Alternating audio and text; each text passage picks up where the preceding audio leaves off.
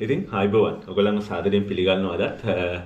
ඉතින් අද ඉරිදා දවසක උදේවරු මම කාලයක් තිස්සේ හිතේ තියන් හිටියා පහුගිය ටික වීඩියෝස් කරන්නත් බැරි වුණා. ඉතින් මම හිතුවා අද මේ වැදගත් කාරණාවක් සම්බන්ධව කතා කරන්න ෆින්ලන්තයේ සම්බන්ධව ඔයගොල්ලොත් එක්ක මේ ෆින්ලන්තයේ ස්ථාවර වෙන්න පුළුවන්ද කියන කාරණාව සම්බන්ධව මට හිතෙන අදහස් ටිකක් මම බෙදා ගන්න සහ මම දන්න කියන කාරණා ටිකක් ඔයගොල්ලොත් එක්ක බෙදා ගන්න. ඉතින්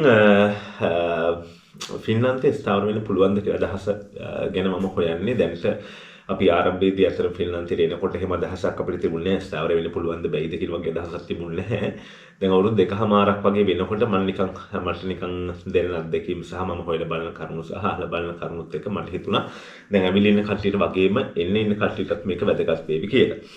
ඉතින් ඇත්තටම ෆින්ලන්තයේ ස්ථාවර වෙන්න පුළුවන්ද කියන කාරණාව ස්ථාවර කියලා කියවහම ස්ථාවරත්වයේ ස්ටැබිලිෂ් කියලා කියන්නේ.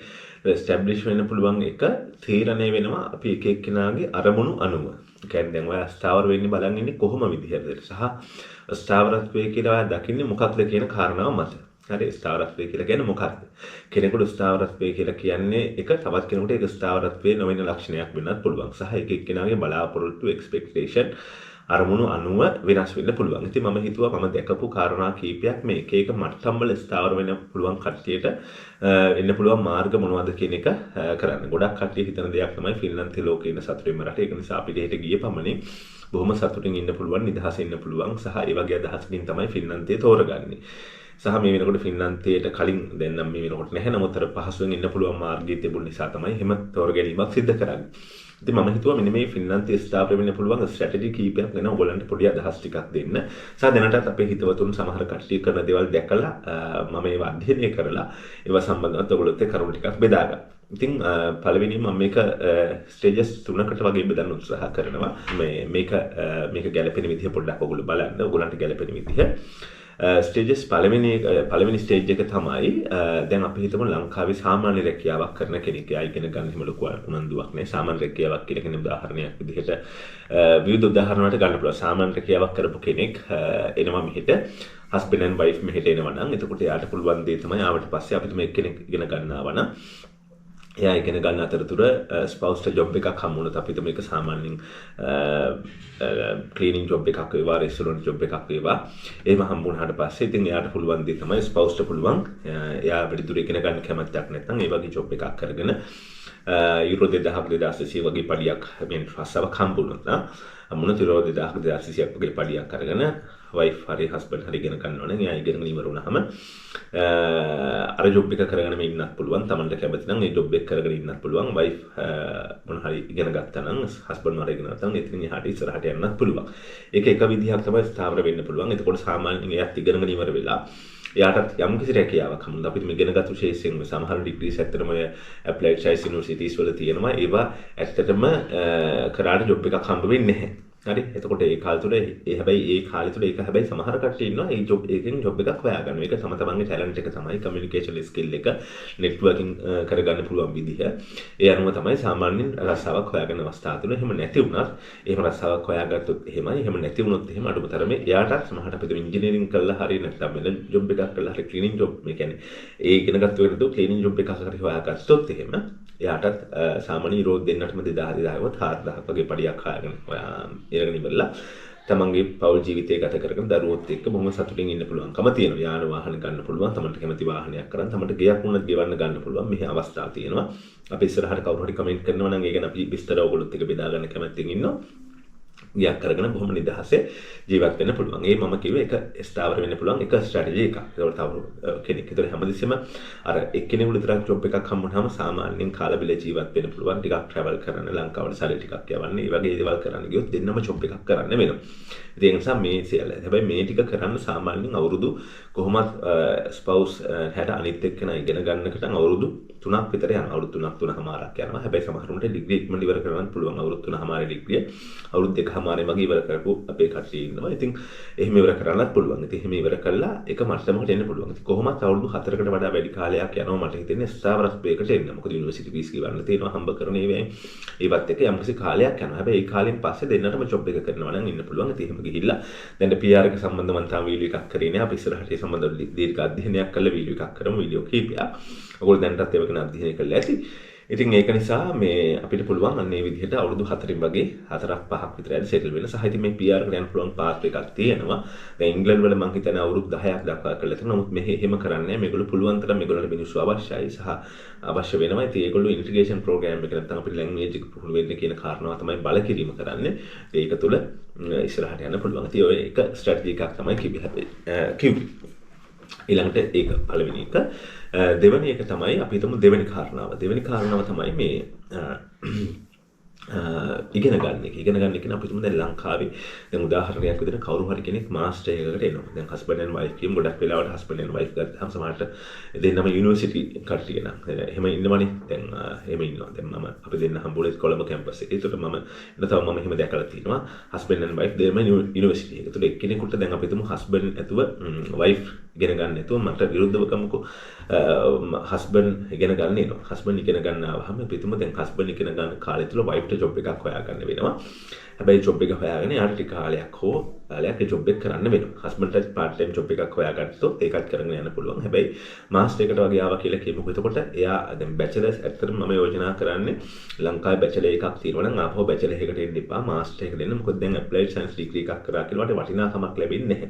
වටිනාකමක් ලැබෙන්නේ ඇප්ලයිඩ් සයන්ස් ඩිග්‍රී එකකට එන්න හොඳ ලංකාවේ කැම්පස් එකකට නොගිහින් මාස්ටර් එකක් කරන්න බැරි වෙච්ච කට්ටියට තමයි හොඳ. එහෙම නැත්නම් ඇත්තටම යා මාස්ටර් එකට එන එක තමයි හොඳ. මොකද අපිට අවබෝධයක් නොතිබිච්ච නිසා තමයි මමත් වයිෆ් මොකද එනකොට මොනවාක්වත් අවබෝධයක් තිබුණේ නැහැ. අවුරුදු 4ක් වීසා හම්බෙනවා කියලා අපි ආවේ බැචලර් එකකට. ඉතින් ඒක අවුරුදු දැන් 2කමාරක් ඇත්තට මාස්ටර් එකක් කරා නම් මේනකොට අපි සෙටල් වෙලා ඉවරයි. තාමත් සෙටල් නැහැ. මොකද හේතුව යුනිවර්සිටි ෆීස් ගෙවන්න නම් වැඩ තියෙන හින්දා.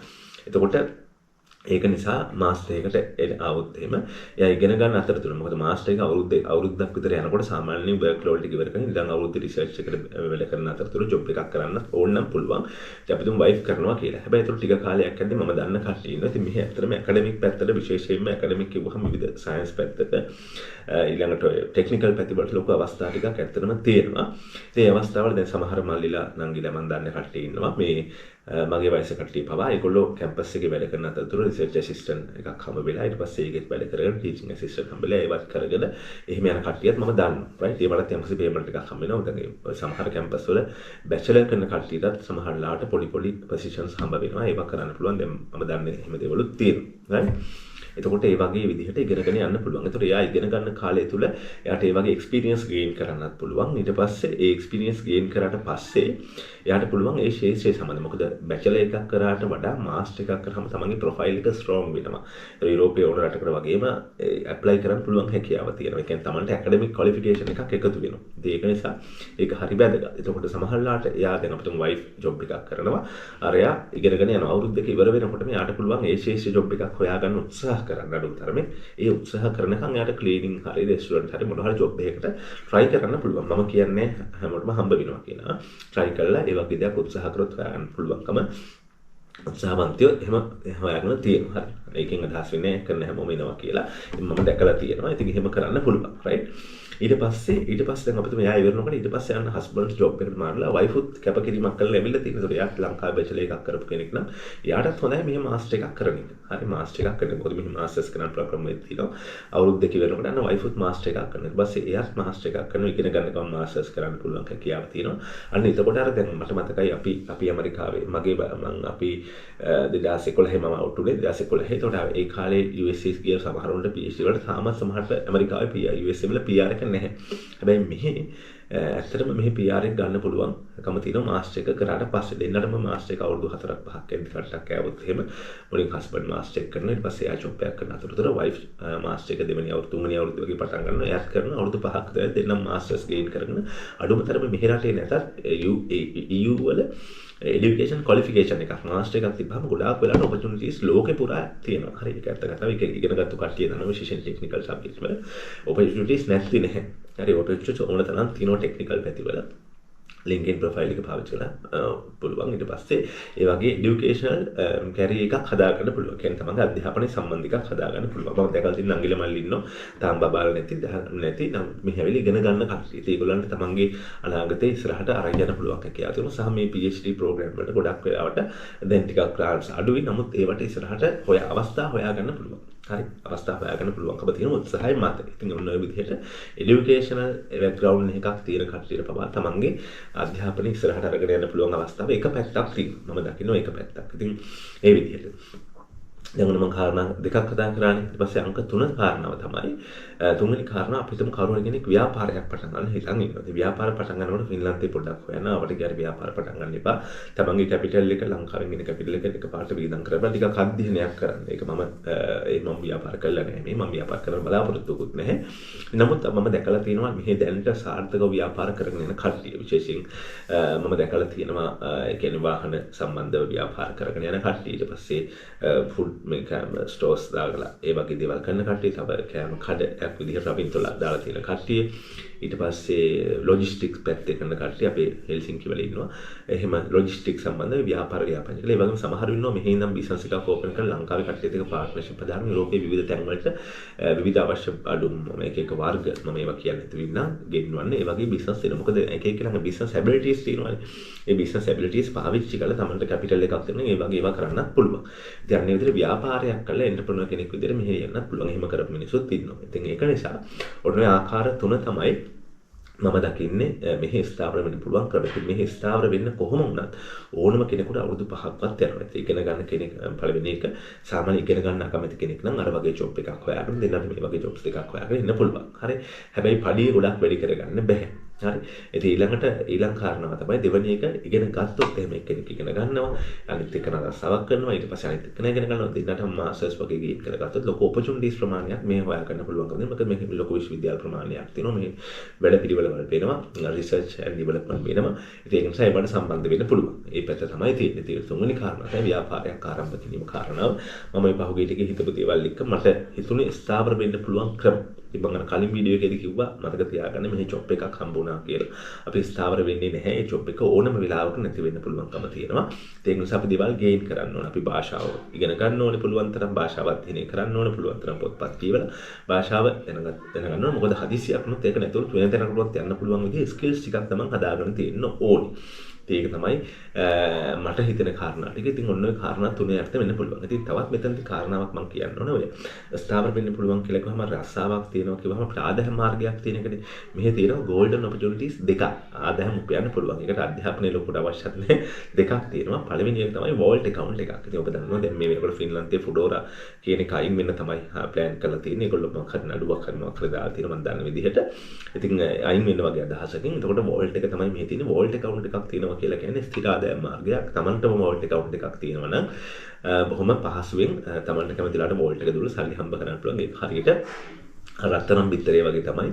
ඒක තමන්ට තියෙනවා නම් හරි. හැබැයි සමහරව ඉන්නවා මෙහෙ සමහර කට්ටිය තමන්ට දැන් මට තියෙනවා නම් මම මාසෙට 300ක් 400ක් අරගෙන ඉවරලා කෙනෙකුට රෙන්ට් කරනවා. එයා දීපුවාම එහෙම කරන කට්ටියක් මම අහලා තියෙනවා. මම ඒක දන්නේ නැහැ. එහෙම කරලා තියෙන එක එකක්. අනික දෙවෙනි එක තමයි ඊටාම වැදගත් එක. දෙවෙනි එක තමයි මේ කැබ් ලයිසන් එක ගන්න එක. මම ඒක ගොඩක් විස්තර දන්නේ නැහැ.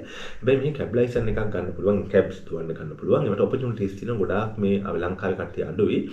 ඔය පර්සියන් රටවල් වල ඉරාන්නේ ඉරාකේ කට්ටිය වගේ තමයි දුවන්නේ මේ කැබ්ස් දුවන්නේ. ඒකට ලොකු ඔපචුනිටිස් එකක් මම හිතන්නේ තියෙනවා. හැබැයි ඒකේ පොඩි ප්‍රශ්නයක් තියෙනවා. ඒක එක්සෑම් එකක් තියෙනවා. ඉතින් ඒ එක්සෑම් එකේ තියෙන ෆිනිෂ් භාෂාවෙන් ඔය ලංකාවේ ලයිසන් එක ගන්නවා වගේ. ඉතින් අන්න එතකොට ඒ ලයිසන් එක කියන්නේ ෆිනිෂ් භාෂාවේ යම් ප්‍රමාණයක් හදාගෙන එක්සෑම් එක ඔන්ලයින් තමයි තියෙන්නේ කරන්න තියෙන්නේ. මම හිතන්නේ ගිහිල්ලා වෙන්න ඕන කරන්න තියෙන්නේ. එක්සෑම් එක කරගන්න පුළුවන්. ඒකේ මට මතක විදිහට MCQ 50ක් තියෙනවා. 50න් 42ක්ද කොහෙද අපි ගන්න ඕනේ. ඒක මූලික ආකාර 4කට වගේ බෙදිච්ච කාරණා එකද මම පහුගිය ටික අධ්‍යයනය කරන්න ගත්තා. නමුත් තාම එක්සෑම් එක ලියන්න බලාපොරොත්තුවක් නැහැ. නමුත් ඒ එක්සෑම් එක ඒ ලයිසන් එක අරගෙන තිබුණොත් ඔයාලට අන්න එතකොට තියෙන පහසුවක් ඔයාලට part time job එකක් විදිහට කැබ් සර්විස් එකක වැඩ කරන්න පුළුවන්. කැබ් දුවන්න පුළුවන්. ඒකට opportunities තියෙනවා. මොකද මෙහි ගොඩක් කැබ් පාවිච්චි කරනවා.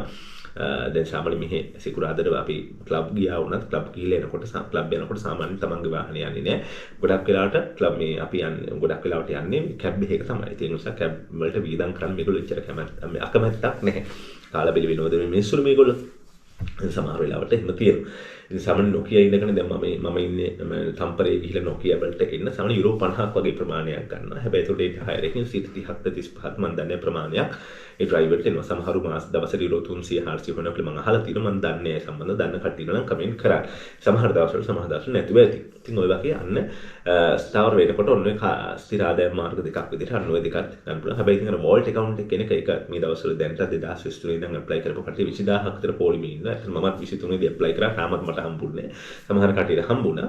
ඩ්‍රයිවිං ලයිසන්ස් එක දැන් ඒක මේ අන්සර්ටනිටි එකක් තියෙන එකක් නේ. අවිනිශ්චිතතාවයක් තියෙන එකක් නේ. හැබැයි මෙන්න මේ කියන මොකක්ද අපේ මේ මොකක්ද ඒකට අදහස් කරන්නේ මේ කැම්පලයිසන් එක තමන්ගේ උත්සාහය සහ උනන්දුව අනුව ගන්න පුළුවන්. භාෂාව ඉගෙනගෙන ගන්න පුළුවන්කම තියෙනවා. ඉතින් ඔන්න ඔය විදිහට තමයි ස්ථාවර වෙන්න පුළුවන් ක්‍රම තුනක් විදිහට මම ඔයගොල්ලන්ට කියන්නේ. තමයි මේ වීඩියෝ එක බලන්න පුළුවන් ෆින්ලන්තේ ඉන්න අපේ හිතවතුන් ඒගොල්ලන්ට පුළුවන් තමන් ස්ථාවරයි කියලා දැනට හිතනවා නම් ස්ථාවර පුළුවන් මාර්ගයක් ගැන හිතනවා නම් මම උපදෙස් දීමක් මේ හැමස්සෙම මම මේ කරන්නේ මගේ අදහස් බෙදා ගැනීමක් සහ මම දන්න දේවල් බෙදා ගැනීමක් තමයි කරන්නේ. ඉතින් ඒක නිසා ඒක හරි වැදගත්. අනිත් එක තව දෙයක් තමයි මම ගිය සතියේ කියපු දෙයක් තමයි අපි මෙහි ගොඩක් වෙලාවට විහිදම් කරද්දී පුළුවන් තරම් පරිස්සම් වෙන්න ඕනේ. මම මේකේ දැකපු ලස්සනම මේ පොත මම මේ දවස්වල කියවමින් පවතින පොත Psychology of Money සහ මේකත් ඉතින් ඇත්තටම හරි ලස්සන පොතක්. මේක මේ සේපියන් කියලා පොත මෙහෙදී ඇත්තටම ආවට පස්සේ ලංකාවේ මට ගොඩක් පොත් ප්‍රමාණයක් කියවන්න හම්බුනේ නැහැ ක්ලාසස් වල වැඩත් එක්ක. නමුත් මෙහි ආවට පස්සේ ගොඩක් මට පොත් කියවන්න නිදහසක් අවකාශයක් හම්බ වුණා. ඒක හරි ඔළුවට රිලැක්ස් එකක්. ඉතින් මේකෙදි මේ එක තැනක් තමයි මේ මෙහෙදී මම දැකපු දෙයක් මේකේ තිබුණා. ඒක මේ අපි වෙල්දි කියලා කියන්නේ මේ පොහොසත් කෙනෙක්නේ. ඒතකොට ඒක හරි වැදගත් කියලා මට හිතුණා මෙහෙ ජීවත් වෙනකොට. අපිට මේ වෙනකොටත් මට මේ බොහොම පහසුවෙන් මට පර්මනන්ට් ජොබ් එකක් තියෙනවා නම් අස්ථාවරත් වෙන මේක හරි වැදගත්. හරි මම ඒකයි මේක ඔයගොල්ලොත් එක්ක කියන්න කියලා හිතුවේ. පර්මනන්ට් ජොබ් එකක් තියෙනවා මට ඕනම දෙයක් ගෙවන්න ගන්න පුළුවන්. හරි මට වාහනේ දැන් මම ওই වාහනේ ගත්තේ ගෙවන්න මාසෙකට 270ක් විතර ගෙවන්න තියෙනවා. මාස ඊළඟට ඉන්ෂුරන්ස් එක මාසෙකට 90ක් වෙනවා. 350ක් වේ කොස්ට් එකක් මට මාසෙකට ඔකට යනවා. කොස්ට් එකක් යනවා නිශ්චිත වශයෙන්. ඊට පස්සේ ඊට අමතරව තමයි පෙට්‍රල් වල ගානේ යන්නේ. හරි ඒක නිසා මෙහෙදි ගොඩක් වෙලාවට දේවල් මිලදී ගන්න පහසුවෙන් පුළුවන්. මට ඕනම භාණ්ඩයක් මේ වෙලාවේ මට ෆෝන් එකෙන් බැංක් ක්‍රෙඩිට් හරහා ගන්න පුළුවන්. හැබැයි එතකොට එහෙම කරාම අපේ සල්ලි අපි දන්නතෝ මාසෙකට ලොකු වියදම් ප්‍රමාණයක් සකස් වෙනවා. ලංකාවේදී අපකාරයෝ හොයන්න නම් ගොඩක් එපේ. දැන් මෙහෙදි එහෙම නැහැ. බොහොම පහසුවෙන් ගන්න පුළුවන්. හැබැයි අපි එහෙම භාණ්ඩ ගන්නකොට අපිට පොඩි නිකන් අපි පොහොසත් වගේ එකක් දැනෙන්න පුළුවන්. හැබැයි මේකේ තිබුණ ලස්සන වාක්‍යයක් වෙල්දි කියන්නේ මොකද්ද කියලා. වෙල්දි කියලා කියන්නේ තමන්ගේ අතේ තියෙන සල්ලි වලින් මේක ලංකාවේ මගේ හිතවතුන්ට දාන කටේ ඉතාම වැදගත් වෙනවා. තමන්ගේ අතේ තියෙන සල්ලි වලින් මොකක් හරි ලක්ෂරි භාණ්ඩයක් ගන්න පුළුවන් නම් ඒක වෙල්දි එකක්. දැන් උදාහරණයක් විදිහට අපි ගමු මම ලංකාවේ ඉන්නකොට මං ගාව මාසෙකට ලක්ෂ 3ක ආදායමක් කරනවා මම ගන්නවා හොඳ CHR එකක්. මම මේ කෝටි 2ක් විතර නම් මම හිතන්නේ මේ වාහනේ ලංකාවේ කෝටි 2ක් විතර වාහනයක් ගන්නවා මාසෙකට ලක්ෂ 2ක විතර වාරිකයක් ගෙවන්න. ඒතර මම ටියුෂන් වලින් ලක්ෂ 3යි නම් ලක්ෂ 2ක වාරිකයක්. ඊට තව ගයක් හදන්න හරි මොනවා හරි තව ගන්නවා. ඔහොම ණය වෙනවා ගොඩක්. හැබැයි ඒතර මන් දිහා එළියෙන් බලන කෙනෙක් හිතන්න පුළුවන් අම්මා වර්ණ සර්ට මාර සල්ලියක් නේ තියෙන්නේ. වාහන තියෙනවා ගියක් කරන් තියෙනවා. දරුවෝ යන්නේ ඉන්ටර්නැෂනල් ස්කූල් වලට. හැබැයි දන්නේ නැති වුණා. ඊට පස්සේ මගේ ඇතුලෙන් මම earn කරන ප්‍රමාණයට සහ වියදම් කරන ප්‍රමාණයට සමානව මම වෙල්දි වෙන්නේ නැහැ. ඒ කියන්නේ වෙල්දි වෙන්නේ නැහැ. මම හැමතිස්සෙම ස්ට්‍රෙස් එකකින් ඉන්නේ. මොකද හේතුව මට නිදහසේ වියදම් කරන්න හැකියාවක් නැහැ. හැබැයි ඒකට ඒක වෙල්දි කියලා එළිය කට්ටිය වෙල්දි කියලා දන්නවා. නමුත් ඇතුලෙන් අපිට පේනවා ඒක වෙල්දි වෙන්නේ නැහැ. ඒක රන් කරන්න පුළුවන් කාලයක් තියෙනවා. මගේ ආදායම අඩු වුණොත් යම් හේතුවක් මත ඉතින් යාට කලැප්ස් වෙනවා. හරි මිනිස්සු hina වෙන්න ගන්නවා. අනුන්ට දාගෙන වාහනවල ගියා. අරක කරා මේක කරා නේද. ඒක නිසා ඒක ෆයිනෑන්ෂල් මේ ඩිසිප්ලින් එකට හරිම වැදගත්. ඉතින් වෙල්දි. ඒතර වෙල්දි කියලා කියන්නේ ඒක කියන්නේ තමන්ගේ අතේ නම් දැන් මං ගාව සල්ලි ගොඩක් තියෙනවා මට වාහනයක් ගන්න පුළුවන්. උදාහරණයක් මං ගාව ලක්ෂ 10ක විතර මාසික නිශ්චිත ඉන්කම් එකක් තියෙනවා නම් නිශ්චිත නැත්තම් ඉතුරු කර මුදල් තියෙනවා නම් එතකොට අන්න මම වාහනයක් කෝටි දෙකක් දීලා ගත්තට කමන්නේ. හැබැයි ගෙවන්න ගත්තාම මං ගාව නැති මුදලකින් මං දේවල් මිලදී ගන්නවා. ඒතර මං ගාව තියෙන මුදලකින් දෙයක් වෙල්දි කරනවා තමයි ඒක වෙල්දි වෙන්නේ. එහෙම නැත්තම් වෙල්දි වෙන්නේ නැහැ. ඒතකොට මං ගාව නැති දෙයකින් දෙයක් මිලදී ගන්නවා නම් කියන්නේ ගෙවන්න කරන්න එහෙම මිලදී ගන්නවා නම් අන්න එතන ඒක බාහිර සමාජයේ වෙල්දි විදියට දැක්කට ඒක ඇත්තටම වෙල්දි එකක් නෙමෙයි. ඒතර ඒකේ වුණාම තමයි මේ ෆයිනෑන්ෂල් ට්‍රැප් එකකට අපි හවු වෙන්නේ. ඉතින් ඇත්තටම මෙහෙදිත් මම දකින දෙයක් තමයි මේ පොත කියවද්දි මට මතක් වුණේ මෙහෙදිත් අපිට එක එක දේවල් ගන්න හිතෙනවා. මම කිව්වේ මෙහෙදී අපිට ගොඩාක් දේවල් ගන්න පුළුවන්. දැන් Apple phone එක 13 දැන් 16 14 17 මට ඊපෙරදා තියෙනවා ඇත්තටම YouTube එක කරන්න ලස්සන කැමරාවක් අරගන්න ලස්සන කැමරාවක් කරන් මයික් සෙට් එකක් කරන් ස්ටුඩියෝ එකක් වගේ හදලා කරන්න. ඉතින් පස්සේ මම කල්පනා කරා මේ පොත මම ඇත්තටම කරන්න හිටියේ මේ පොතේ වාක්‍ය කිව්වට පස්සේ way to be rich පොහොසත් වෙන්න මාර්ගය is to spend money you have. ඔයා ගාව තියෙන සල්ලි වියදම් කරන්න. මේක පිටුවංක 98 තියෙන්නේ. ඒක තමයි rich වෙනවා කියලා කියන්නේ. And to not spend money වියදම් කරන්න එපා. You don't have. ඔයා ගාව නැති සල්ලියක් වියදම් කරන්න එපා කියන එක තමයි එතනින් ඇත්තට struggle වෙනවා කියන එක. ඇත්තටම ෂොප් පොතනික මේ පොත් කියවීම හරිය වැදගත් කියලා කියන මේව දැනුම මාන ගොඩක් තියෙනවා. අපි වෙලාවට ඉන්න අපිට මේ ලංකාවේ කියවන වෙලාවක් නෑ. සහ අපි හිතන මම හිතන දෙයක් මම දන්න දේවල් බොහොම චූටි ප්‍රමාණයක් තව ඉගෙන ගන්න ගොඩාක් දේවල් තියෙනවා කියන එක. ඒ නිසා ඔබට මම යෝජනා කරන්නේ මම ඒ අදහස් තමයි ඔයගොල්ලෝ බෙදාගන්න. තවත් සමහර සංකල්ප අපි ඉස්සරහ වීඩියෝ වල බෙදාගන්න. මම කියන උත්සාහ කරේ මෙන්න මේක කිව්වට පස්සේ මගේ ඇඟ හිරි වැටුණා. මොකද ලංකාවේ ඉන්න කාලේ මම ගොඩාක් එහෙම අනවශ්‍ය වියදම් කරා. සමහරට වයිෆ් මට බඩිනවා ලංකාවේදී මම ෂොප් එකක් දැම්මා, බුක් ෂොප් එකක් දැම්මා, ෆොටෝකොපි මැෂින් ෂොප් එකක් තිබුණා. ෆොටෝකොපි මැෂින් එකක් මදි මට. ලංකාවේ නෑබඩ පාරේ මගේ අපි බිල්ලින් එකක් අරගෙන එහෙම දැම්මා. තට්ටු දෙකම ගත්තා. උඩ තට්ටුවේ ක්ලාස් එක, පල්ලෙහා තට්ටුවේ බුක් ෂොප් එක. එතකොට බුක් ෂොප් එකේ ගියා. එතකොට මට සල්ලි ගැන කිසිම අදහසක් නෑ. මගේ සමහර පොත් ලංකාවේ ලංකාව උසස් පෙළ ළමයි පොත් වර්ග 12ක් මම ලියලා තියෙනවා. දැන් ඒවා විකිනේ නෑ මාකට් එකේ. ඉතින් ඒකෙදි ෆිසික්ස් වලට ඒ දවස්වල ලංකාවේ චෙක් එකක් සමන ලක්ෂ 3 වගේ තමයි ලක්ෂ 3-4 එන්නේ චෙක් තමයි ලක්ෂ 8 චෙකුත් දෙනවා. ඒ කාලේ 2019 වගේ ඉතින් ආවම මට කිසිම ගාණක් නැහැ කුණසේන සරසවි වලින් සාමාන්‍ය ලක්ෂ 3ට ලක්ෂ 7කට අරකට එහා චෙක් එනවා. ආවට පස්සේ කිසිම ඩිසිප්ලින් එකක් මගේ ඇත්තමදී ලොකුවට තිබුණේ. මොකද ඒ දවස්වල මම මේ පොත කියවලා තිබුණේ නැහැ. මේ දැන් මම මේ පොත කියවනකොට මට හිතෙනවා අපරාධي මගේ 30 ගණන් වල මම මේ පොත කියවුවා නම් ෂෝක් කියලා අදහසක් මට හිතෙනවා. සමහර ෆයිනෑන්ෂල් ඩිසිප්ලින් සමහර තිබුණේ නැහැ. ඒතකොට ෆොටෝ කොමිෂන් එකක් මදි කට්ටිය 4ක් තව 4-5ක් ගෙනවා. මට හිතෙනවා ටක් ගාලා කට්ටිය වැඩි එනවා වැඩි ෆොටෝකොපි මැෂින්. ඒක නිසා මම තව 5ක් විතර ගේන්න ඕන කියලා ෆොටෝකොපි මැෂින් 5ක් 6ක් විතර ගෙනාවා. ගෙනහලා 4 දෙනෙක් විතර වැඩ කරනවා. ඉතින් පඩි ගෙවනවා. හරිය හොඳට වැඩේ ගියා. හැබැයි කොරෝනා කාලේ මට වෙච්ච වැඩේ තමයි කොරෝනා කාලේ මට බිලින් එක වහන්න සිද්ධ වුණා. බිල් එක වහලා තිබ්බහම පස්සේ ක්ලාස් උත් ඔන්ලයින් තමයි කරේ. එතකොට අන්න ඒක තැනකදී ස්ටක් වුණා. මම ෆොටෝකොපි මැෂින් ටික මාසයක් විතර පාවිච්චි කරේ නෑ. මම ඒකට බිලින් එකට මීයෝ ගිහලා ෆොටෝකොපි මැෂින් 8ක් කොහෙද 6ක් විතර තිබුණා. 6ම මීයෝ කාලා තිබ්බා. ඒතර ෆොටෝකොපි මැෂින් එකක් ඒ කාලේ ලක්ෂ 3ක් වගේ මම ගත්තේ. ලක්ෂ 24ක් විතර එහෙම පිටින් වෙනා ෆොටෝකොපි මැෂින් 6ම මම ඇත්තටම බිසි කරන්න අයින් කරන්න මේ දෙන්න සිද්ධ වුණා. ඉතින් ඒ බිස්නස් එකේ වැටුණා. ඉතින් අර සමහර වෙලාවට ඒ සමහර ඒවා ඇත්තටම ක්‍රෙඩිට් වලට ගත්තවත් තිබුණා. ඉතින් ඒ නිසා මේ සමහර දැනුම අපි දන්නේ නැති එක ගැන හරි කනගාටුවක් තියෙනවා. හැබැයි පහුවෙලා හරි මේ දැනුම දැනගන්න එක මේ දැනුම ඔයගොල්ලෝ හරි දැනගන්න එක හරි වටිනවා. එහෙනම් ඉතින් ඔන්න ඔය ටික තමයි මට අද ඔයගොල්ලොත් එක්ක බෙදා ගන්න තියෙන්නේ. ඉතින් මම ඒ පදනම යටතේ මට හිතුණා YouTube එකට අලුත් වීඩියෝ ගන්න, ඩ්‍රෝන් එකක් ගන්න, බොහොම පහසුවෙන් ඩ්‍රෝන් එකක් Euro 2000 කරන ඩ්‍රෝන් එකක් ගෙවන්න ගන්න මෙතන කැමරාවක් කරලා පස්සේ මම කල්පනා කරා දැන් මම මෙහෙම YouTube එකක් කරා කියලා මාළකෝ views මානයක් එන්නේත් නැහැ. එහෙම වියදම් කළා ඒ වියදම් කරපු ගේම් එක ගන්න කොච්චර කාලයක් මට යාවිද කියන එක. ඒක කැල්කියුලේට් කරාම මට එහෙම ගේම් එකක් ගන්න විදිහක් නැහැ. අනික YouTube එකේ ලක්ෂ ගණන් views ගන්න උමනාවකුත් දැන් මට මේකේ නැහැ. මොකද හේතුව මේ නිකන් අදහස් ටිකක් බෙදා ගන්න වගේ එකක් තමයි මම පාළුවට සහ මම දන්න දේවල් ටිකක් බෙදා ගන්න තමයි මේක කරගෙන යන්නේ. ඒ නිසා අපි සමහර ජීවිතේ ගන්න තීරණ අපේ ගොඩක් වෙලාවට අනාගත ස්ථාවරත්වයට සහ අස්ථාවරත්වයට බලපානවා. ඉතින් ඕගොල්ලෝ අදහසුත් ඇති වැදගත් දේවල්. ඉතින් ඒක බෙදාගෙන බොහොම සිම්පලි දේවල් කරන එක හොඳයි. ඉතින් මම මෙතනත් ඒකයි කරේ සිම්පලි. ඔයගොල්ලන්ට මට අවශ්‍ය වෙන්නේ ඔයගොල්ලන්ට මේ අදහස් ටික දෙන්න. ඒකට සිම්පල් බෑග්ග්‍රවුන්ඩ් එකක් තියෙනවා, GoPro එකක් තියෙනවා. මේ GoPro එකට ඔයගොල්ලෝ විශ්වාස කරන්නේ අවුරුදු 3ක් වෙනවා. ඉතින් ඒ GoPro එකෙන් මම හිතන්නේ ගොඩාක් දේවල් කරා. ඉතින් මම හිතුවා දිගටම මේකනුත් කරගෙන යන්න.